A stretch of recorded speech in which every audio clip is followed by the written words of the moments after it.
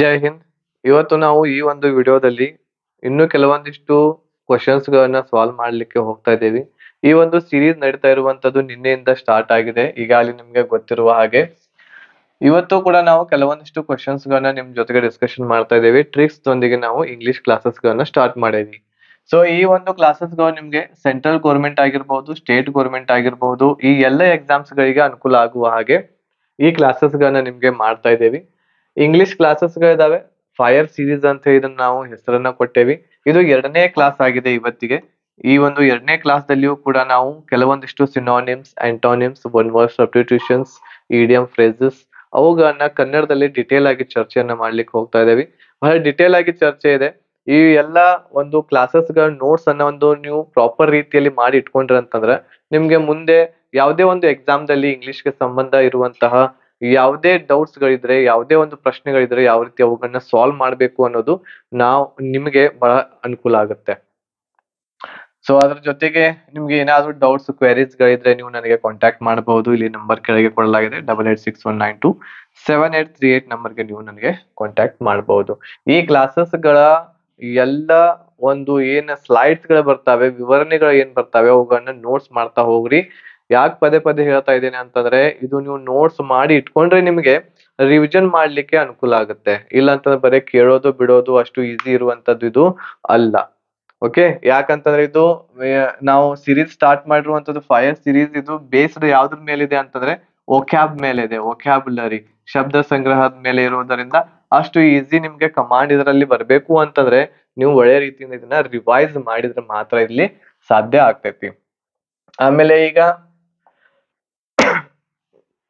Classes ಗಳು ಏನಿದಾವಲ್ಲ, ಈ ಒಂದು ಕ್ಲಾಸಸ್ ಗಳನ್ನ ಆದಷ್ಟು ಎಲ್ಲರಿಗೂ ಕೂಡ ಶೇರ್ ಮಾಡ್ರಿ. ಅದ್ರ ಜೊತೆಗೆ ಎಲ್ಲರಿಗೂ ಕೂಡ ಶೇರ್ ಮಾಡ್ರಿ ಅಂತ ಹೇಳ್ತಾ ಇದ್ದೇನೆ. ಈಗ ಇಲ್ಲಿ ಒಂದು ನೋಟ್ ಇದೆ. ಏನು ಅಂತಂದ್ರೆ ನೀವು SSC MTS ಎಕ್ಸಾಮ್ಗೆ ತಯಾರಿ ನಡೆಸ್ತಾ ಇರುವಂತ ಅಭ್ಯರ್ಥಿಗಳಾದ್ರೆ ನಿಮ್ಗೆ ಕಂಪ್ಲೀಟ್ ಆಗಿರುವಂತಹ ಒಂದು ಕೋರ್ಸ್ ಕೂಡ ಅವೈಲೇಬಲ್ ಇದೆ. ಈ ಒಂದು ಕೋರ್ಸ್ ಅನ್ನ ತೆಗೆದುಕೊಂಡು ನೀವು ಮನೆಯಲ್ಲಿ ಕೂತುಕೊಂಡು ಒಳ್ಳೆ ರೀತಿಯಿಂದ ಪ್ರಿಪರೇಷನ್ ಅನ್ನ ಮಾಡಬಹುದು. ಇದು ಸಂಪೂರ್ಣ ಕನ್ನಡ ಭಾಷೆಯಲ್ಲಿದೆ. ಈ ಒಂದು ಕೋರ್ಸ್ ದಲ್ಲಿ ನಿಮ್ಗೆ GK, ಇಂಗ್ಲಿಷ್, ಮ್ಯಾಥ್ಸ್, ರೀಸನಿಂಗ್ ಈ ಎಲ್ಲ ಸಬ್ಜೆಕ್ಟ್ ಗಳ 4 ಸಬ್ಜೆಕ್ಟ್ ಗಳ ರಿಕಾರ್ಡೆಡ್ ಕ್ಲಾಸಸ್ ಗಳು ನಿಮ್ಗೆ ಅವೈಲೇಬಲ್ ಆಗ್ತವೆ. ನಾವು ನಿಮ್ಗೆ ಒದಗಿಸಿಕೊಡ್ತಾ ಇದ್ದೇವೆ. ಅದ್ರ ಜೊತೆಗೆ PDF ನೋಟ್ಸ್ ಗಳು ಇರ್ತವೆ, ಮಾಕ್ ಟೆಸ್ಟ್ ಗಳು ಇರ್ತಾ ಇದಾವೆ, ಎಲ್ಲ ಶಿಫ್ಟ್ ಗಳ ಕ್ವಶನ್ಸ್ ಇರ್ತವೆ ಕನ್ನಡದಲ್ಲಿ. ಅದ್ರ ಜೊತೆಗೆ ಪ್ರಾಪರ್ ಆಗಿರುವಂತಹ ಗೈಡೆನ್ಸ್ ಇರುತ್ತೆ. ಸೊ ಇದು ಓನ್ಲಿ ಕಂಪ್ಲೀಟ್ ಪ್ಯಾಕೇಜ್ ನಿಮ್ಗೆ ಸಿಗ್ತಾ ಇರುವಂತದ್ದು 600 ರುಪೀಸ್ ದಲ್ಲಿ ಸಿಗ್ತಾ ಇದೆ. ಇದಕ್ಕಿಂತ ಕಡಿಮೆ ಅಮೌಂಟ್ ದಲ್ಲಿ ನಿಮ್ಗೆ ಎಲ್ಲೂ ಕೂಡ ಕೋರ್ಸ್ ಸಿಗೋದಿಲ್ಲ. ಸೊ ಹಾಗಾಗಿ ಬೇಗನೆ ಇರ್ತಕ್ಕಂಥದ್ದು ಜಾಯಿನ್ ಆಗ್ರಿ. ಯಾರು ಈಗ ಜಾಯಿನ್ ಆಗ್ತೀರಿ ಅವರಿಗೆ 6 ಮಂತ್ ವರೆಗೆ ನಾವು ವ್ಯಾಲಿಡಿಟಿಯನ್ನ ಕೊಡ್ತಾ ಇದ್ದೀವಿ. 6 ತಿಂಗಳವರೆಗೆ ನೀವು ಈ ಕ್ಲಾಸಸ್ ಗಳನ್ನ ನೋಡಬಹುದು.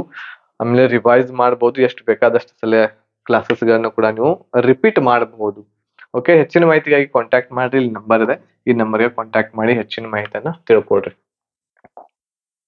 ಆಮೇಲೆ ಕ್ಲಾಸ್ಗೆ ಈಗ ಒಂದು ಏನು ಕ್ವಶನ್ ಡಿಸ್ಪ್ಲೇ ಆಗುತ್ತೆ. ಕ್ವಶನ್ ಡಿಸ್ಪ್ಲೇ ಆದ ತಕ್ಷಣ ಏನ್ ಮಾಡ್ಬೇಕು ಅಂತಂದ್ರೆ ಅದಕ್ಕೆ ಆನ್ಸರ್ ಮಾಡ್ಲಿಕ್ಕೆ ಟ್ರೈ ಮಾಡ್ಬೇಕು. ನೀವು ಆನ್ಸರ್ ಅನ್ನ ಮಾಡಿದ ತಕ್ಷಣನೇ ನಿಮ್ಗೆ ಗೊತ್ತಾಗೋದು ಯಾವ ರೀತಿ ಇರುವಂತದ್ದು ಕ್ವಶನ್ಸ್ ಇರ್ತಾವೆ, ಯಾವ ರೀತಿ ನಾವು ಗೆಸ್ ಮಾಡ್ಬೇಕು ಕೆಲವೊಂದಿಷ್ಟು ಕ್ವಶನ್ಸ್ ಗಳಲ್ಲಿ ಅಂತೇಳಿ ಆನ್ಸರ್ ಮಾಡ್ಲಿಕ್ಕೆ ಟ್ರೈ ನೀವು ಮಾಡ್ತಾ ಹೋಗ್ರಿ.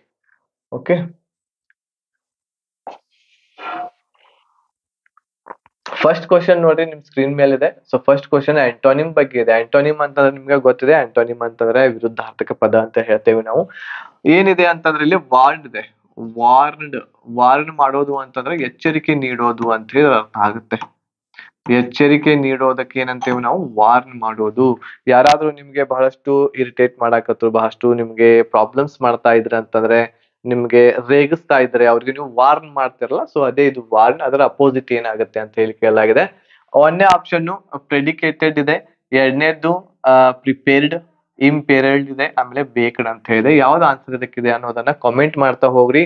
ಈ ಒಂದು ಕ್ಲಾಸಸ್ ಪ್ರಿಮೈಸ್ ಇರ್ತಾವೆ ಅಂತ ಲೈವ್ ತರಹನೇ ಇರ್ತವೆ. ಅಲ್ಲಿ ನಾನು ಕೂಡ ಜಾಯಿನ್ ಆಗಿರ್ತೀನಿ ಆ ಟೈಮ್ದಲ್ಲಿ, ಯಾವಾಗ ಇದು ಓಪನ್ ಆಗುತ್ತೆ ಅವಾಗ. ಸೊ ಇವತ್ತಿನ ಒಂದು ವಿಡಿಯೋ 9 ಗಂಟೆಗೆ ನಿಮಗೆ ಸಿಗ್ಬೇಕಾಗಿತ್ತು, ಬಟ್ ಒಂದ್ ಸ್ವಲ್ಪ ಟೆಕ್ನಿಕಲ್ ಪ್ರಾಬ್ಲಮ್ ಇದೆ. ಆಕ್ಚುಲಿ ನಾನು ಎರಡನೇ ಸಲ ಇದು ರೆಕಾರ್ಡ್ ಮಾಡ್ತಾ ಇರೋದು ಕ್ಲಾಸ್. ಸೊ ಹಾಗಾಗಿ ಟೆಕ್ನಿಕಲ್ ಪ್ರಾಬ್ಲಮ್ ದಿಂದ ಲೇಟ್ ಆಗಿದೆ, ಬಟ್ ನಿಮ್ಗೆ ಸಿಗ್ತಾ ಇದೆ. ಓಕೆ, ಅದ್ರ ಜೊತೆಗೆ ಈ ಒಂದು ಕ್ಲಾಸಸ್ ಗಳು ಎಲ್ಲವುಗಳನ್ನ ನಾವು MTS ಎಕ್ಸಾಮ್ಗೆ ರಿಲೇಟೆಡ್ ಆಗಿರುವಂತಹ ಕ್ವಶನ್ಸ್ ಗಳನ್ನ ಸಾಲ್ವ್ ಮಾಡ್ತಾ ಇದೀವಿ. ಈಗ ಸದ್ಯದಲ್ಲಿ MTS ಎಕ್ಸಾಮ್ 40-50 ದಿವಸಗಳಾದ್ಮೇಲೆ MTS ಎಕ್ಸಾಮ್ ಇರೋದ್ರಿಂದ ಅವ್ರಿಗೆ ಅನುಕೂಲ ಆಗ್ಲಿ ಅಂತ ಮಾಡ್ತಾ ಇದ್ದೇವೆ.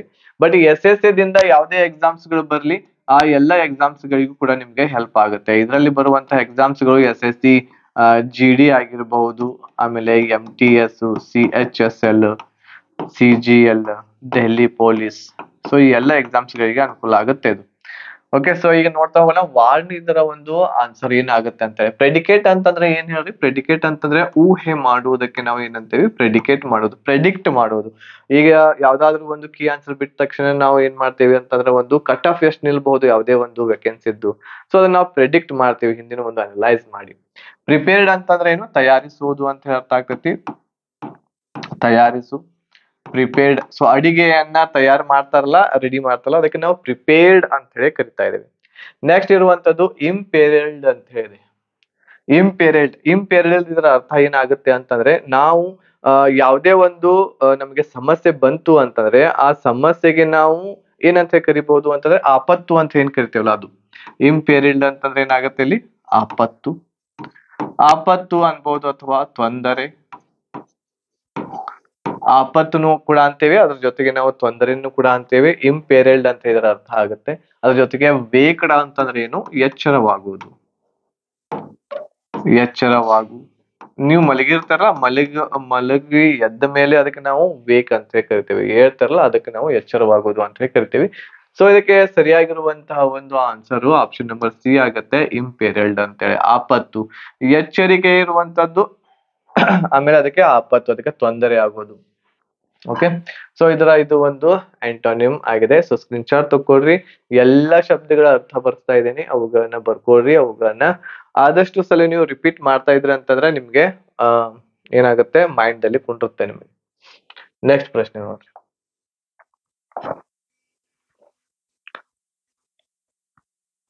ಎರಡನೇ ಪ್ರಶ್ನೆ ಎಕ್ಸ್ಪ್ಲಿಸಿಟ್ ಇದೆ, ಇದರ ಸಿನಾನಿಮ್ ಇರ್ತಕ್ಕಂಥದ್ದು ಹೇಳ್ಬೇಕು. ಸಿನಾನಿಮ್ ಅಂತಂದ್ರೆ ಏನು ಹೇಳ್ರಿ? ಸಮನಾರ್ಥಕ ಪದ. ಸಮನಾರ್ಥಕ ಪದ ಅಂತ ಹೇಳ್ತೇವೆ, ಸಮಾನ ಪದ. ಎಕ್ಸ್ಪ್ಲಿಸಿಟ್ ಅಂತಂದ್ರೆ ಇದರ ಅರ್ಥ ಸ್ಪಷ್ಟ. ಎಕ್ಸ್ಪ್ಲಿಸಿಟ್ ಅಂತಂದ್ರೆ ಏನಾಗ್ತೈತಿ? ಇದರ ಅರ್ಥ ಸ್ಪಷ್ಟವಾಗಿ, ಸ್ಪಷ್ಟ, ಕ್ಲಿಯರ್ ಅಂತ ಹೇಳಿದ್ರ ಅರ್ಥ ಇಲ್ಲಿ ಆಗುತ್ತೆ. ಈಗ ನಾನ್ ನಿಮ್ಗೆ ಈಗಾಗಲೇ ಹೇಳಿದೆ, ಹಿಂದಿನ ಒಂದು ಕ್ಲಾಸ್ ದಲ್ಲಿ ಯಾವುದೇ ಒಂದು ಸಿನಾನಿಮ್ ಬಂತಂದ್ರೆ ಅದಕ್ಕೊಂದು ಟ್ರಿಕ್ ಇರ್ತಕ್ಕಂಥದ್ದು ನಿಮ್ಗೆ ಹೇಳ್ತೀನಿ ಅಂತೇಳಿ. ಅದಕ್ಕೆ ಸಂಬಂಧ ಇರುವಂತಹ ಕೆಲವೊಂದಿಷ್ಟು ವರ್ಡ್ಸ್ ಗಳ ರಿಲೇಟೆಡ್ ಆಗಿರುವಂತ ಒಂದು ಟ್ರಿಕ್ಸ್ ಅನ್ನ ಹೇಳಿ ಒಂದು ಸೆಂಟೆನ್ಸ್ ಅನ್ನ ಬರ್ಸ್ತೇನೆ ಅಂತೇಳಿ. ಇದಕ್ಕೂ ಕೂಡ ಒಂದು ಟ್ರಿಕ್ ಅನ್ನ ನೋಡೋಣ ಏನಿದೆ ಅಂತೇಳಿ. ಸೊ ಇಲ್ಲಿ ಏನು ಟ್ರಿಕ್ ಅಂತಂದ್ರೆ XP ಎಕ್ಸ್ಪ್ರೆಸ್ ನೋಡಿ. XP ಎಕ್ಸ್ಪ್ರೆಸ್ ಬಸ್ ದಲ್ಲಿ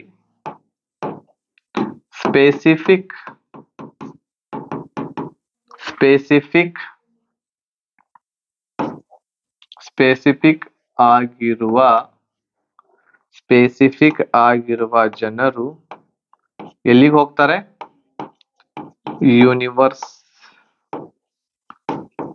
ಯೂನಿವರ್ಸ್ಗೆ ಹೋದರು.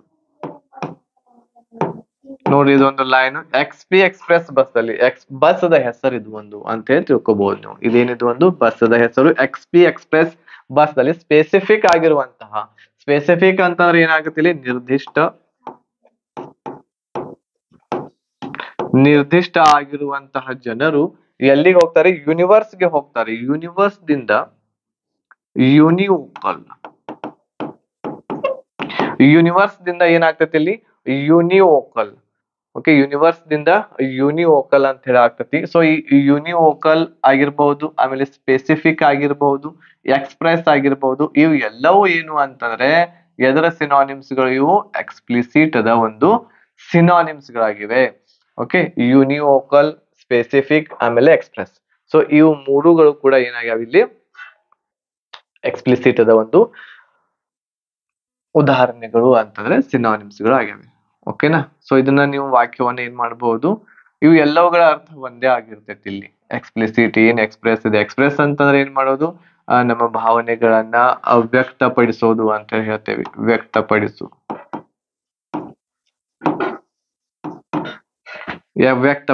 ಅಂತ ಹೇಳಿ ಇಲ್ಲಿ ಅರ್ಥ ಆಗತ್ತೆ.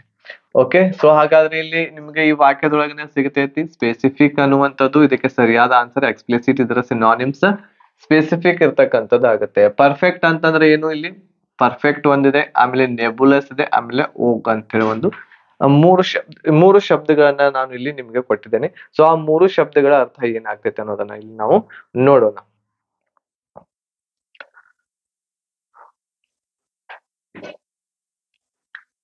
ನೆಬುಲಸ್ ಇದೆ, ಆಮೇಲೆ ಓಗ್ ಇದೆ, ಆಮೇಲೆ ಪರ್ಫೆಕ್ಟ್ ಇದೆ. ಸೊ ಯಾರಿಗಾದ್ರೂ ನಿಮ್ಗೆ ಗೊತ್ತಿದ್ರೆ ಪರ್ಫೆಕ್ಟ್ ಒಂದು ಅರ್ಥ ಕಮೆಂಟ್ ಮಾಡಿ ನೋಡೋಣ ಬೇಗನೆ.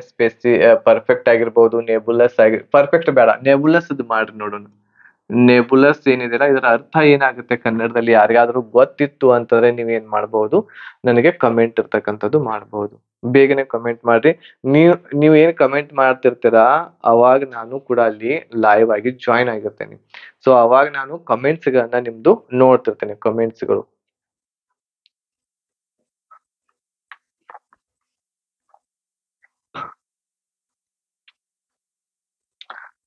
ಓಕೆ, ಸೊ ನೀವು ಕಮೆಂಟ್ ಅನ್ನ ಮಾಡಿರಿ ಅಂತ ಅನ್ಕೋತೇನೆ ನಾನು.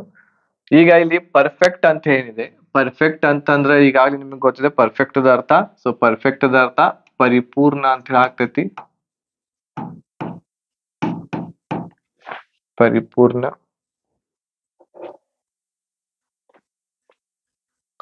ಓಕೆ, ಸೊ ಆಮೇಲೆ ನೆಕ್ಸ್ಟ್ ಸ್ಪೆಸಿಫಿಕ್ ಅಂತಂದ್ರೆ ಈಗಾಗಲೇ ನಿಮ್ಗೆ ನಾನು ಇಲ್ಲಿ ನಿರ್ದಿಷ್ಟ ಅಂತ ಹೇಳಿದೆ. ಈಗ ನೆಬುಲಸ್ ಅಂತ ಏನಿದೆಯಲ್ಲ ಇದರ ಅರ್ಥ ಏನಾಗ್ತೈತಿ, ಅಸ್ಪಷ್ಟ ಅಂತ ಆಗ್ತೈತಿ. ಇದು ಸ್ಪಷ್ಟ, ಎಕ್ಸ್ಪ್ಲಿಸಿಟ್ ಅಂದ್ರೆ ಸ್ಪಷ್ಟ, ನೆಬುಲಸ್ ಅಂತಂದ್ರೆ ಅಸ್ಪಷ್ಟ. ಹಾಗಾದ್ರೆ ಈ ಎಕ್ಸ್ಪ್ಲಿಸಿಟ್ ಏನಿದೆಯಲ್ಲ ಇದರ ಒಂದು ಆಂಟೋನಿಮ್ ಅಂತಂದ್ರೆ ವಿರುದ್ಧಾರ್ಥಕ ಪದ ಯಾವ್ದಾಗ್ತೈತಿ, ನೆಬುಲಸ್ ಅಂತಂದ್ರೆ ಎಕ್ಸ್ಪ್ಲಿಸಿಟ್. ನಾಳೆ ಎಕ್ಸಾಮ್ ದಲ್ಲಿ ನಿಮಗೆ ಎಕ್ಸ್ಪ್ಲಿಸಿಟ್ ಏನಿದೆ ಈ ಶಬ್ದದ ಅಪೋಸಿಟ್ ವರ್ಡ್ ಅಥವಾ ಆಂಟೋನಿಮ್ ಏನು ಅಂತ ಹೇಳಿ ಕೇಳಿದ್ರೆ ಅದನ್ನ ಕೇಳಬಹುದು, ನೆಬುಲಸ್ ಅಂತ ಹೇಳಿ ನೀವು ಇದಕ್ಕೆ ಸರಿ ಆನ್ಸರ್ ಇಲ್ಲಿ ಮಾಡಬಹುದು. ಓಗ್ ಅಂತಂದ್ರೆ ಏನಾಗ್ತದೆ ಇಲ್ಲಿ, ಜನಪ್ರಿಯ. ಓಗ್ ಅಂತಂದ್ರೆ ಏನಾಗ್ತದೆ ಇಲ್ಲಿ, ಜನಪ್ರಿಯ ಇರುವಂತದ್ದು ಇದಕ್ಕೆ ಸರಿಯಾದ ಆನ್ಸರ್ ಆಗುತ್ತೆ. ಓಕೆ, ಎಕ್ಸ್ಪ್ಲಿಸಿಟ್ ಇದರ ಒಂದು ಸಿನಾನಿಮ್ಸ್, ಸ್ಪೆಸಿಫಿಕ್ಸ್. ಇದನ್ನ ಒಂದು ಸ್ಕ್ರೀನ್ ಶಾಟ್ ಅನ್ನು ತೆಗೆದುಕೊಳ್ಳಿ. ನೆಕ್ಸ್ಟ್ ಕ್ವಶನ್ ಗೆ ನಾವು ಮೂವ್ ಆಗೋಣ.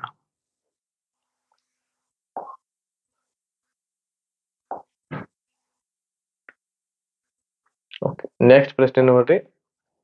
A house of shelter for a dog. So one word substitution ಇದೆ. A house of shelter for, shelter ಅಂತಂದ್ರೆ ಏನ್ ಹೇಳ್ರಿ, ಆಸರೆ, ಛಾವಣಿ, ಆಸರಿ, ಛಾವಣಿ ಅಂತ ಆಗ್ತದೆ. ಡಾಗ್ ಅಂದ್ರೆ ನಾಯಿ ಗೊತ್ತಿದೆ ನಿಮ್ಗೆ. ಸೊ ನಾಯಿಯ ಮನೆ ಅಥವಾ ನಾಯಿಗೆ ಆಸರೆ ಕೊಡುವಂತ ಏನ್ ಸ್ಥಳ ಇರ್ತೈತಿ ಅದಕ್ಕೆ ಏನಂತ ಕರಿತೀವಿ ಅಂತ ಇದರ ಅರ್ಥ. ಓಕೆ, ಈಗ ಇಲ್ಲಿ ಡೆನ್ ಅಂತ ಇದೆ. ಡೆನ್ ಅಂತಂದ್ರೆ ಈಗಾಗಲೇ ನಿಮ್ಗೆ ಗೊತ್ತಿದೆ ಗುಹೆ. ಇಲ್ಲಿ ಸಿಂಹ, ಹುಲಿಗಳು, ಕರಡಿ ಅವುಗಳ ವಾಸಿಸುವಂತ ಸ್ಥಾನ ಡೆನ್. ಹ್ಯಾಂಗರ್ ಅಂತ ಇದೆ. ಹ್ಯಾಂಗರ್ ಅಂತಂದ್ರೆ ಏನು, ತೂಗೋದು, ಹ್ಯಾಂಗ್ ಮಾಡ್ತಾರಲ್ಲ ತೂಗೋದು. ಓಕೆ,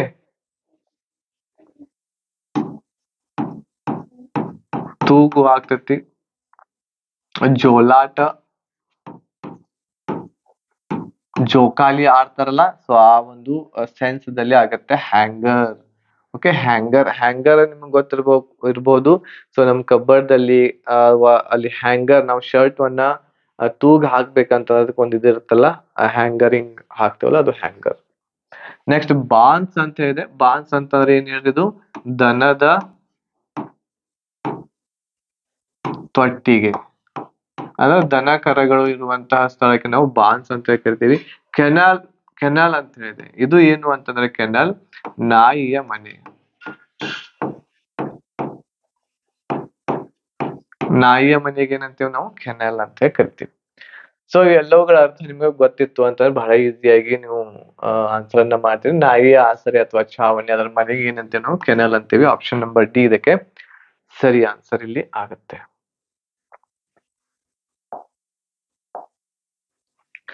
ನೆಕ್ಸ್ಟ್ ಪ್ರಶ್ನೆ ನೋಡ್ರಿ.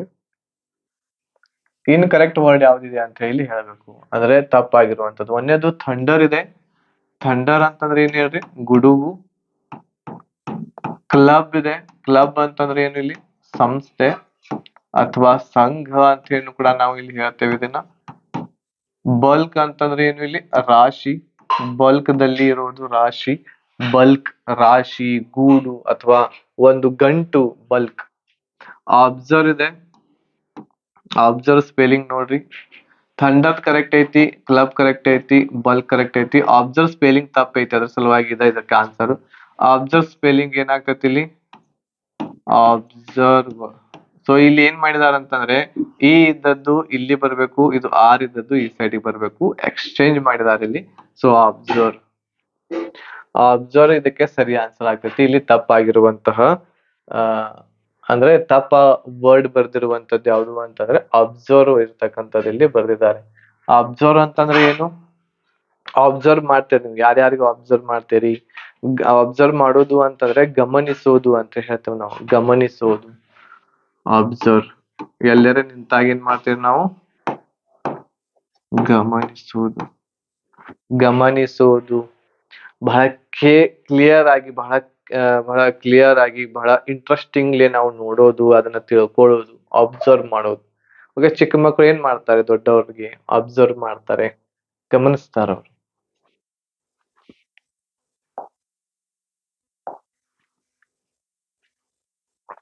ನೆಕ್ಸ್ಟ್ ಪ್ರಶ್ನೆ ನೋಡ್ರಿ, ಇಡಿಯಂ ಫ್ರೇಸಸ್ ಇದೆ. To get on one's nerve. Nerves ಅಂತಂದ್ರೆ ಏನು? ನರ. To get on one's nerves ಅಂತಂದ್ರೆ ಏನು ಅಂತಂದ್ರೆ ಇಲ್ಲಿ ಬಹಳ ಏನು ಅಂತಂದ್ರೆ ಇರಿಟೇಟ್ ಮಾಡೋದು, ಬೇರೆಯವ್ರಿಗೆ ತೊಂದರೆ ಕೊಡೋದು. ಇದ್ರ ಶಬ್ದಶಃ ಅರ್ಥ ಇಲ್ಲಿ ಬರೋದಿಲ್ಲ ಇಡಿಯಮ್ಸ್ ಗಳಲ್ಲಿ ನಾವು ಕನ್ನಡದಲ್ಲಿ ತೆಗಿಲಿಕ್ಕೆ ಹೋದ್ರೆ. ಸೊ ಇದಕ್ಕೆ ಏನಂತ ಕರಿಬಹುದು ಅಂತಂದ್ರೆ ಗೆಟ್ ಆನ್ ಒನ್ಸ್ ನರ್ವ್ಸ್ ಅಂತಂದ್ರೆ ಕುತ್ತಿಗೆನ ಹಿಡ್ದಾನಪ್ಪ ಅಂತ ಅಂತಲ್ಲ. ಒಂದ ಕಾಲ್ ಮೇಲೆ ನಿಂತಾನು, ಏನಾದ್ರೂ ಒಂದ್ ಕೆಲಸ ಆಗ್ಬೇಕಾಗಿತ್ತು ಅಂತಂದ್ರೆ ಒಂದ ಕಾಲ್ ಮೇಲೆ ನಿಂತಾನ, ಅದ್ ಆಗಬೇಕು ಅಂತಾರ. ಆಮೇಲೆ ಬೇರೆಯವ್ರಿಗೆ ತೊಂದರೆ ಕೊಡೋದು, ಆ ರೀತಿ ಸೆನ್ಸ್ ಇರುವಂತದ್ದು ಇಲ್ಲಿ ನಮ್ಗೆ ಕೊಡ್ತದೆ. ಸೊ ಈಗ ಇಲ್ಲಿ 4 ಆಪ್ಷನ್ಸ್ ಗಳಿದಾವು, ಅದಕ್ಕೆ ಸಂಬಂಧ ಇರುವಂತದ್ದು ಯಾವ್ಯಾವ್ದು ಆಗ್ಬಹುದು ಅನ್ನೋದನ್ನ ಒಂದ್ ಸ್ವಲ್ಪ ಬೇಗನೆ ನೀವು ಏನ್ ಮಾಡ್ರಿ ಇಲ್ಲಿ ನನ್ಗೆ ಕಮೆಂಟ್ ಇರ್ತಕ್ಕಂಥದ್ದು ಇಲ್ಲಿ ಮಾಡ್ರಿ.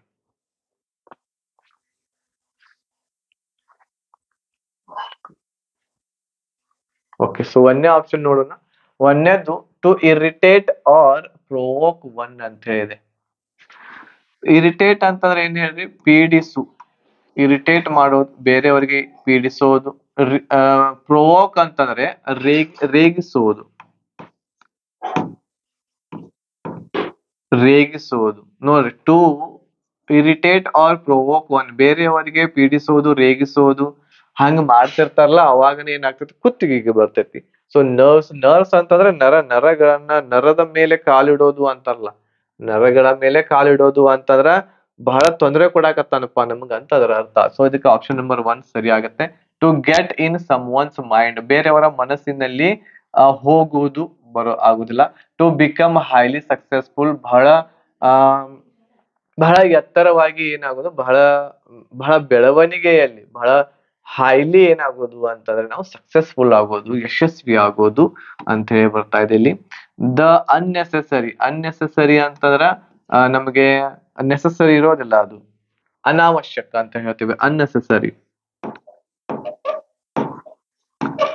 ಅನಾವಶ್ಯಕ. ಸ್ಟ್ರೆಚ್ ಅಂತಂದ್ರೆ ಏನು? ಅದನ್ನ ಹರಡಿಸೋದು ಅಥವಾ ಅದನ್ನ ಹೆಚ್ಚು ಮಾಡೋದಕ್ಕೆ ನಾವು ಏನಂತ ಕರಿತೀವಿ? ಸ್ಟ್ರೆಚ್ ದ ಕನ್ವರ್ಸೇಷನ್ ಅಂತಂದ್ರೆ ಏನು? ಇಲ್ಲಿ ಮಾತನಾಡೋದು ಅಥವಾ ಒಂದು ಸಂವಾದ ಅಂತ ಹೇಳ್ತೇವಿ. ಸಂವಹನ. ಓಕೆ, ಸಂವಹನ, ಮಾತುಕತೆ ಅಂತ ಹೇಳಿ ನೀವು ತಿಳ್ಕೊಬಹುದು. ಮಾತುಕತೆಗೆ ಏನಂತ ಕರಿತೀವಿ ನಾವು ಇಲ್ಲಿ? ಕನ್ವರ್ಸೇಷನ್ ಅಂತ ಕರಿತೀವಿ. ಅನ್ನೆಸೆಸರಿ, ಅನಾವಶ್ಯಕವಾಗಿ ಒಂದು ವಾದ ವಿವಾದ ಅಥವಾ ಯಾವುದೇ ಒಂದು ಮಾತನ್ನ ಹೆಚ್ಚು ಮಾಡುವುದು. ಒಂದು ಮಾತು ಸಣ್ಣದಿರ್ತೈತಿ, ಬಟ್ ಅದನ್ನ ಹೆಚ್ಚು ಮಾಡೋದಕ್ಕೆ ಏನಂತೀವಿ ನಾವು? ಅನ್ನೆಸೆಸರಿ. ಅದನ್ನ ಏನ್ ಮಾಡೋದು? ಸ್ಟ್ರೆಚ್ ಮಾಡೋದು ಅಂತಂದ್ರೆ ಹೆಚ್ಚು ಮಾಡೋದು ಅಂತ ಹೇಳಿ ಇದರ ಅರ್ಥ. ಸೊ ಇದಕ್ಕೆ ಸರಿ ಏನಾಗುತ್ತೆ? To irritate or provoke one, ಬೇರೆಯವರಿಗೆ ಪೀಡಿಸೋದು, ರೇಗಿಸೋದು. ಹಾಗಿದ್ದಾಗ ನಾವು ಇಡಿಯಂ ಯಾವ್ದು ಬಳಸ್ತೀವಿ? To get on one's nerve ಅಂತ ಹೇಳಿ ನಾವಿಲ್ಲಿ ಕರಿತಾ ಇದ್ದೀವಿ.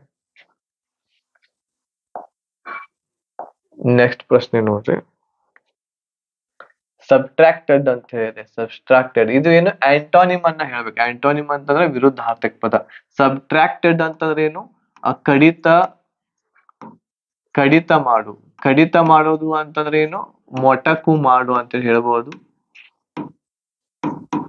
ಮೊಟಕ ಮಾಡು ಅಥವಾ ಬೇರ್ಪಡಿಸು. ಓಕೆ, ಇವೆಲ್ಲ ಅರ್ಥ ಇದಕ್ಕೆ ಆಗ್ತದೆ. ಸಬ್ಟ್ರಾಕ್ಟ್ ಮಾಡೋದು, ಕಡಿತ ಮಾಡೋದು, ಕಡಿಮೆ ಮಾಡೋದು, ಮೊಟಕುಗೊಳಿಸೋದು, ಬೇರ್ಪಡಿಸೋದು ಅಂತ ಅರ್ಥ ಆಗುತ್ತೆ. ಇದರ ವಿರುದ್ಧಾರ್ಥಕ ಪದವನ್ನ ಹೇಳ್ಬೇಕು ನಾವಿಲ್ಲಿ. ಈಗ ರೀಕ್ಯಾಪ್ ಇದೆ. ರೀಕ್ಯಾಪ್ ಅಂತಂದ್ರೆ ಏನ್ ಹೇಳ್ರಿ, ಅದನ್ನ ನಾವು ಮರಳಿ ಮತ್ತೆ ಅದನ್ನ ಹೇಳೋದು. ರೀಕ್ಯಾಪ್ ಮರಳಿ ಮತ್ತೆ ಬರೋದಕ್ಕೆ ಏನಂತೇವೆ ನಾವು, ರೀಕ್ಯಾಪ್ ಅಂತ ಹೇಳಿ ನಾವು ಇಲ್ಲಿ ಅದನ್ನ ಕರಿತಾ ಇದ್ದೇವೆ. ಓಕೆ, ಅದ್ರ ಜೊತೆಗೆ ಇನ್ಹೇಲೇಟರಿ ಅಂತ ಒಂದಿದೆ, ಸೆಪರೇಟೆಡ್ ಅಂತ ಇದೆ, ಅಡ್ಜಂಕ್ಟ್ ಅಂತ ಇದೆ. ಇವು 4 ಆಪ್ಷನ್ಸ್ ಇಲ್ಲಿ ನಮ್ಗೆ ನೋಡ್ಲಿಕ್ಕೆ ಇಲ್ಲಿ ಸಿಗ್ತಾ ಇದಾವೆ. ಸೊ ಇವುಗಳಿಗೆ ಸರಿಯಾಗಿರುವಂತಹ ಆನ್ಸರ್ ಯಾವ್ದಾಗ್ತೈತಿ ಅಂತಂದ್ರೆ ಅಡ್ಜಂಕ್ಟ್ ಅನ್ನುವಂಥದ್ದು ಆಗತ್ತೆ. ಇದರ ಅರ್ಥ ಏನು ಅಂತಂದ್ರೆ ಕೂಡಿಸು, ಕೂಡಿಸು ಅಂತ ಆಗ್ತೈತಿ, ಅಥವಾ ಜೋಡಣೆ ಮಾಡು, ಕೂಡಿಸು ಅಥವಾ ಜೋಡಣೆ ಮಾಡು ಅಂತೇಳಿ ಅಡ್ಜಂಕ್ಟ್ ಇದರ ಅರ್ಥ. ಸೊ ಸಬ್ಟ್ರಾಕ್ಟ್ ಅಂತಂದ್ರೆ ಅದನ್ನ ಬೇರ್ಪಡಿಸುವುದು, ಅದನ್ನ ಬೇರೆ ಬೇರೆ ಮಾಡೋದು. ಅದಕ್ಕೆ ವಿರುದ್ಧವಾಗಿ ಅಡ್ಜಂಕ್ಟ್ ಅನ್ನುವಂಥದ್ದು ಪದ ಇಲ್ಲಿ ಆಗ್ತೈತಿ. ಓಕೆ, ಸೊ ಈಗಲೇ ರೀಕ್ಯಾಪ್ ಅಂತಂದ್ರೆ ಏನ್ ಹೇಳ್ರಿ, ರೀಕ್ಯಾಪ್ ಅಂತಂದ್ರ ಸಾರಾಂಶ ಅಂತ ಹೇಳಿ ಆಗ್ತೈತಿ. ಸಾರಾಂಶ ಆಗ್ಬಹುದು ರೀಕ್ಯಾಪ್. ಆಮೇಲೆ ಮರಳಿ ಮತ್ತೆ ಹೇಳೋದು, ಮತ್ತೆ ಹೇಳು, ಅಥವಾ ಇನ್ನೊಂದು ಸಲ ಹೇಳೋದು, ಇನ್ನೊಂದ್ಸಲ ಅದನ್ನ ರಿಪೀಟ್ ಮಾಡೋದು. ಇನ್ಹೇಲೇಟರಿ ಅಂತಂದ್ರೆ ಏನು, ವಿನಾಶಕಾರಿ. ವಿನಾಶಕಾರಿ ಇರ್ತೈತಲ್ಲ, ಅದಕ್ಕೆ ಏನಂತೀವಿ ನಾವು ಇನ್ಹೇಲೇಟರಿ ಅಂತ ಕರಿತೀವಿ. ಸೊ ಇಂತ ಹೊಸ ಹೊಸ ಶಬ್ದಗಳನ್ನ ನೆನಪಿಟ್ಕೋಬೇಕು. ಸೆಪರೇಟೆಡ್ ಅಂತಂದ್ರೆ ಏನು, ಸೆಪರೇಟ್ ಮಾಡೋದು, ಪ್ರತ್ಯೇಕ ಮಾಡೋದು, ಪ್ರತ್ಯೇಕ ಮಾಡೋದು. ಸೊ ಇವುಗಳ ಅರ್ಥ ಇಲ್ಲಿ ನಾವು ನೋಡ್ತಾ ಇದ್ದೀವಿ. ಸೊ ಇವುಗಳ ಸ್ಕ್ರೀನ್ ಶಾಟ್ ಅನ್ನ ತೆಗೆದುಕೊಳ್ರಿ. ನೆಕ್ಸ್ಟ್ ಕ್ವಶನ್ ಏನಿದೆ ಅನ್ನೋದನ್ನ ನಾವು ಇಲ್ಲಿ ನೋಡೋಣ.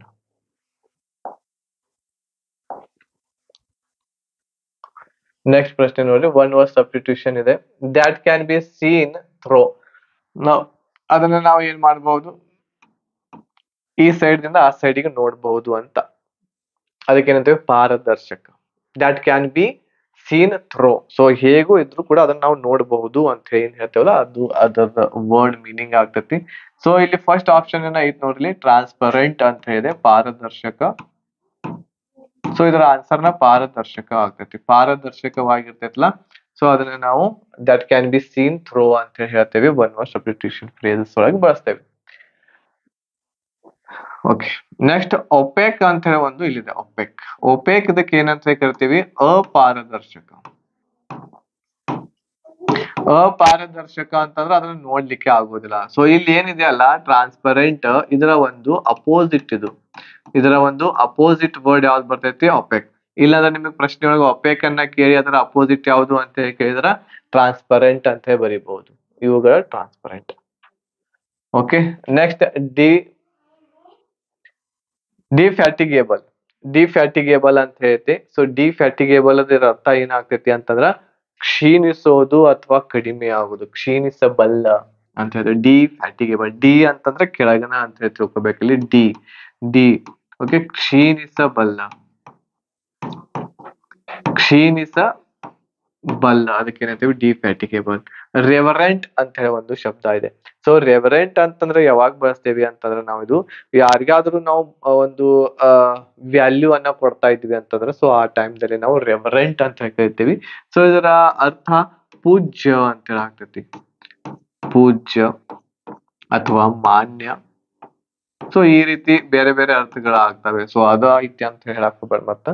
ಸೊ ರೆವರೆಂಟ್ ಅಂತಂದ್ರೆ ಪೂಜ್ಯ, ಮಾನ್ಯ, ನಾವೇನ್ ರೆಸ್ಪೆಕ್ಟ್ ಕೊಡ್ತೇವಿ. ಸೊ ಆ ಟೈಮ್ದಲ್ಲಿ ರೆವರೆಂಟ್ ಅಂತ ಹೇಳಿ ಶಬ್ದವನ್ನ ನಾವಿಲ್ಲಿ ಬಳಸ್ತೇವೆ. ನೆಕ್ಸ್ಟ್ ಪ್ರಶ್ನೆ ನೋಡ್ರಿ,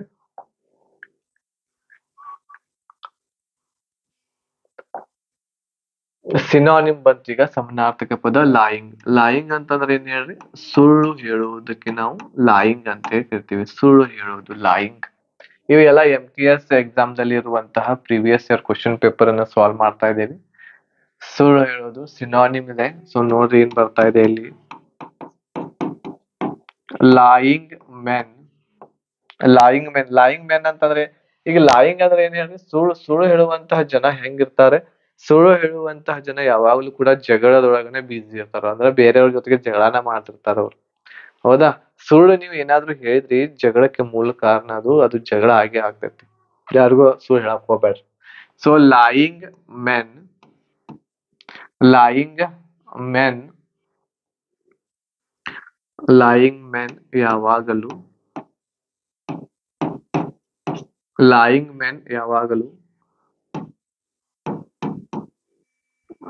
ಮಿಸ್ ಆಗಿ ಮಿಸ್ ಆಗಿ ಡಿಶ್ಯೂಮ್ ಮಿಸ್ ಆಗಿ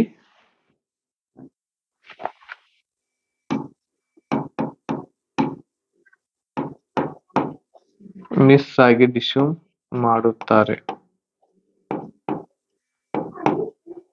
ನೋಡ್ರಿ, ಲಾಯಿಂಗ್ ಮ್ಯಾನ್ ಯಾವಾಗ್ಲೂ ಮಿಸ್ ಆಗಿ ಮಾಡಂಗಿಲ್ಲ ಅವ್ರ. ಅದು ಏನಪ್ಪಾ ಅಂತಂದ್ರ ಅವ್ರು ಡಿಶ್ಯೂಮ್ ಅಂತಂದ್ರೆ ಏನ್ ಹೇಳಿ, ಡಿಶ್ಯೂಮ್ ಅಂತಂದ್ರ ಬಡದಾಟ ಮಾಡೋದು. ಓಕೆ, ಆ ರೀತಿ ಇರುವಂತದ್ದು ಇದಕ್ಕೆ ಇಲ್ಲಿ ಅರ್ಥ ಇಲ್ಲಿ ನಮಗೆ ನೀಡ್ತೈತಿ.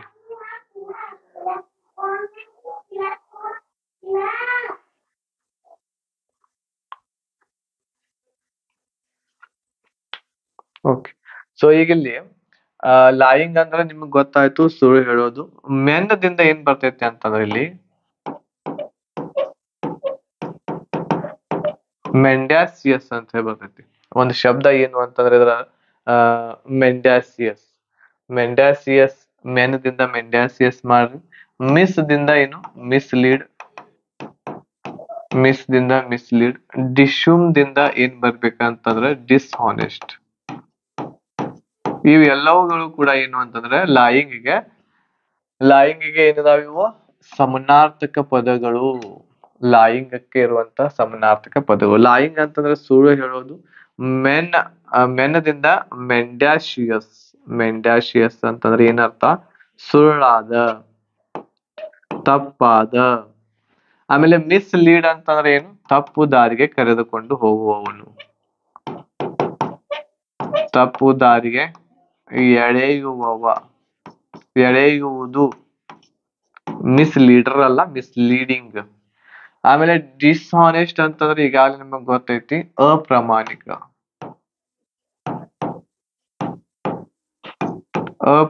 ಇರ್ತಾರಲ್ಲ ಅವ್ರಿಗೆ ಡಿಸ್ಹಾನೆಸ್ಟ್. ಇವು ಎಲ್ಲವೂ ಏನು ಅಂತಂದ್ರೆ ಲಾಯಿಂಗಿಗೆ ಇರುವಂತಹ ಸಿನಾನಿಮ್ಸ್ಗಳು, ಸಮನಾರ್ಥಕ ಪದಗಳು. ಲಾಯಿಂಗ್ ಮೆನ್ ಯಾವಾಗಲೂ ಮಿಸ್ ಆಗಿ ಡಿಶ್ಯೂಮ್ ಮಾಡುತ್ತಾರೆ. ಲಾಯಿಂಗ್ ಸುಳ್ಳು, ಮೆನ್ದಿಂದ ಮೆಂಡ್ಯಾಶಿಯಸ್, ದಿಂದ ಮಿಸ್ಲೀಡ್, ಡಿಶ್ಯೂಮ್ ದಿಂದ ಡಿಸ್ಹಾನೆಸ್ಟ್. ಓಕೆ, ಈಸಿಯಾಗಿ ನೆನಪಿಟ್ಕೋಬಹುದಲ್ಲ. ರೈಟ್. ಸೊ ಈಗ ನಿಮಗ್ ಗೊತ್ತಾಗಿರ್ಬಹುದು ಯಾವ್ದು ಇದರ ಆನ್ಸರ್ ಅಂತೇಳಿ. ಮಿಸ್ಲೀಡ್ ಇದಕ್ಕೆ ಸರಿ ಆನ್ಸರ್ ಇಲ್ಲಿ ಆಗ್ತತಿ. ಫ್ರೇಮಿಂಗ್ ಅಂತಂದ್ರೆ ಏನ್ ಹೇಳ್ರಿ, ರಚನೆ ಮಾಡುವುದು, ಫ್ರೇಮ್ ಮಾಡೋದು. ಸ್ಟಾಪಿಂಗ್ ಅಂತಂದ್ರೆ ನಿಲ್ಲಿಸು, ಕಡೆಯ ಅಂತಂದ್ರೆ ಲಾಸ್ಟ್. ಮಿಸ್ಲೀಡಿಂಗ್ ಅಂದ್ರೆ ಬರ್ಸಿದೆ ಈಗ ನಿಮ್ಗೆ, ಮಿಸ್ಲೀಡ್ ಅಂದ್ರೆ ತಪ್ಪು ದಾರಿಗೆ ಎಳೆಯುವವರು. ಕ್ರಾಯಿಂಗ್ ಅಂತಂದ್ರೆ ಏನು, ಅಳುವುದಕ್ಕೆ ಏನಂತೇವೆ ನಾವು, crying. Okay, so screen shot ತೆಗೆದುಕೊಳ್ರಿ ಇದ್ರದ. ನೆಕ್ಸ್ಟ್ ಪ್ರಶ್ನೆ ಏನೈತೆ ಅನ್ನೋದನ್ನ ನೋಡೋಣ.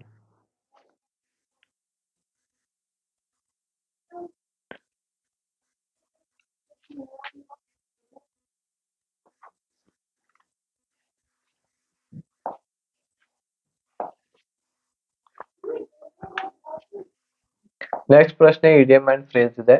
To have an itching palm. Itching ಅಂತಂದ್ರೆ ಏನ್ ಹೇಳ್ರಿ, ತುರಿತ ಅಥವಾ ಕೆರೆತ. ಪಾಲ್ಮ್ ಅಂತಂದ್ರ ಅಂಗೈ. ನೋಡ್ರಿ, ಅಂಗೈಯಲ್ಲಿ ತುರಿತ ಕೆರೆತ ಆಗಾಕತ್ತಿತ್ತು ಅಂದ್ರೆ ನೀವ್ ಏನಂತ ಹೇಳ್ತೀರಿ? ಅವಾಗ ನೀವ್ ಏನಂತ ಹೇಳ್ತೀರಿ? ನನಗೆ ಇವತ್ತು ರೊಕ್ಕ ಸಿಗೋ ಇದಾವ, ನನಗೆ ರೊಕ್ಕ ಬರೋದೈತೇನಪ್ಪ, ಯಾಕೋ ಅಂಗೈ ಕರಿಯಾಕತ್ತೈತ್ಲ, ಕೈ ಕೆರ್ಸಾಕತ್ತೈತ್ಲ ಅಂತೇಳಿ. ಸೊ ಹಾಗೆ ಇದ್ರ ಅರ್ಥ. ಇದಕ್ಕೆ ಆಪ್ಷನ್ಸ್ ಏನಿದಾವ ನೋಡ್ರಿ. ಟು ಗೇನ್ ಸ್ಟ್ರೆಂತ್ ಅಂತಂದ್ರೆ ಶಕ್ತಿ ಬಲವನ್ನ ಪಡೆದುಕೊಳ್ಳುವುದು ಇದರ ಅರ್ಥ ಅಲ್ಲ. ಟು ಹ್ಯಾವ್ ಆನ್ ಅರ್ಜ್ ಅಂತಂದ್ರೆ ಏನ್ ಹೇಳ್ರಿ, ಆಸೆ. ಓಕೆ, ಆಸೆ ಬರ್ತೈತಿ, ಅಥವಾ ಪ್ರಚೋದನೆ ಬರ್ತೈತಿ. ಪ್ರಚೋದನೆ. To have an urge to slap ಅಂತಂದ್ರ ಕಪಾಳ ಮೋಕ್ಷ. ಕಪಾಳ ಮುಖ ಕಪಾಳಕ್ಕೆ ಬಡಿಯೋದು. Okay, to have an urge ಅಂತಂದ್ರೆ ಕಪಾಳಕ್ಕೆ ಬಡಿಯಾಕ ಆಸೆ. ನೋಡ್ರಿ, ಕೈ ಕರಿಯಾಕತ್ತಂದ್ರ ಕಪಾಳಕ್ಕೆ ಬಡಿಬೇಕಂತ ಆಸೆ ಆಗ್ತತೆ ನಿಮ್ಗ? ಅಲ್ಲ ಅದು. ನೆಕ್ಸ್ಟ್ ನೋಡ್ರಿ, ಟು ಬಿ ಗ್ರೀಡಿ, ಅತಿ ಆಸೆ. ಅತಿ ಆಸೆ. To be greedy for money. Money ಅಂತಂದ್ರೆ ಹಣ. ಸೊ ಇಲ್ಲಿ ಅತಿ ಆಸೆ ಅಥವಾ ಆಸೆ. ಯಾವ್ದಕ್ಕೆ ಆಸೆ ಆಗ್ತೈತಿ? ಕೈ ಕರಿಯಾಕತ್ತಿತ್ತು ಅಂತಂದ್ರ ರೊಕ್ಕಕ್ಕ, ಹಣಕ್ಕ ಆಗ್ತೈತಿ. ಸೊ ಹಾಗಾಗಿ ಆಪ್ಷನ್ ನಂಬರ್ ಸಿ ಇದಕ್ಕೆ ಸರಿ answer. Last, to have no mercy ಅಂತಂದ್ರೆ ದಯೆ ಇಲ್ಲದೆ ಇರೋದು. ದಯೆ ಇಲ್ಲದೆ ಇರೋದು. ಓಕೆ, ಕೈಯಾಗ ಕೆರ್ಸಕತ್ತಂದ್ರ ದಯೆ ಇಲ್ಲದೆ ಇರೋದಾಗತ್ತ? ಅಲ್ಲ ಅದು. ಟು ಹ್ಯಾವ್ ನೋ ಮರ್ಸಿ ಇದು ಆಗಂಗಿಲ್ಲ. ಇದು ಕೂಡ ಇದಕ್ಕೆ ತಪ್ಪಾಗಿರುವಂತದ್ದು. ಆಪ್ಷನ್ ನಂಬರ್ ಸಿ ಇದಕ್ಕೆ ಸರಿ ಆನ್ಸರ್. ಬೇಗನೆ ಸ್ಕ್ರೀನ್ ಶಾಟ್ ಅನ್ನ ತೆಗೆದುಕೊಳ್ಳಿ. 2ನೇ ಸಲ ಈ ವಿಡಿಯೋನ ರೆಕಾರ್ಡ್ ಮಾಡ್ತಾ ಇದ್ದೀನಿ. ಸೊ ಹಾಗಾಗಿ ಸ್ವಲ್ಪ ಫಾಸ್ಟ್ ಆಗ್ತಾ ಇದೆ. ಆಮೇಲೆ ರೈಟ್. ಓಕೆ, ಸೊ ಇಲ್ಲಿವರೆಗೆ ನಾವು ಕೆಲವೊಂದಿಷ್ಟು ಕ್ವಶನ್ಸ್ ಗಳನ್ನ ನಾವು ಡಿಸ್ಕಷನ್ ಅನ್ನ ಮಾಡಿದ್ವಿ. ಸೊ ಮತ್ತೆ ನಾಳೆ ಒಂದು ವಿಡಿಯೋವನ್ನ ನಾವು ವಿಡಿಯೋದೊಂದಿಗೆ ನಿಮಗೆ ಭೇಟಿ ಆಗ್ತೀನಿ. ಅದ್ರ ಜೊತೆಗೆ ಯಾರಾದರೂ SSC MTS ಎಕ್ಸಾಮ್ಗೆ ತಯಾರನ್ನ ನಡೆಸ್ತಾ ಇರುವಂತ ಅಭ್ಯರ್ಥಿಗಳಿದ್ರೆ ಬೇಗನೆ ನಮ್ಮ ಕೋರ್ಸ್ಗೆ ನೀವು ಜಾಯಿನ್ ಆಗಬಹುದು. ಈ ಕೋರ್ಸ್ ಅಲ್ಲಿ ನಿಮಗೆ ಎಲ್ಲ ಪ್ರಿಪರೇಷನ್ ಅನ್ನ ಮಾಡಿಸ್ತಾ ಇದ್ದೇವೆ.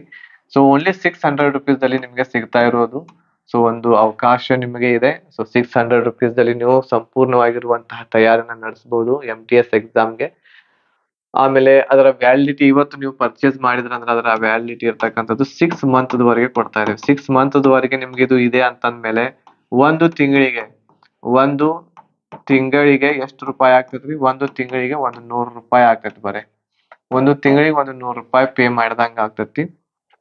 ಸೊ ಬಟ್ ನಾಲೆಜಬಲ್ ಇರ್ತಕ್ಕಂತಹ ಕ್ಲಾಸಸ್ ಗಳಿದಾವೆ. ನಿಮ್ಗೆ ಒಳ್ಳೆ ರೀತಿಯ ನಾಲೆಜ್ GK ದಲ್ಲಿ, ಮ್ಯಾಥ್ಸ್, ರೀಸನಿಂಗ್, ಆಮೇಲೆ ಇಂಗ್ಲಿಷ್ ಎಲ್ಲದರಲ್ಲಿಯೂ ಕೂಡ ನಿಮ್ಗೆ ಏನ್ ಸಿಗುತ್ತೆ?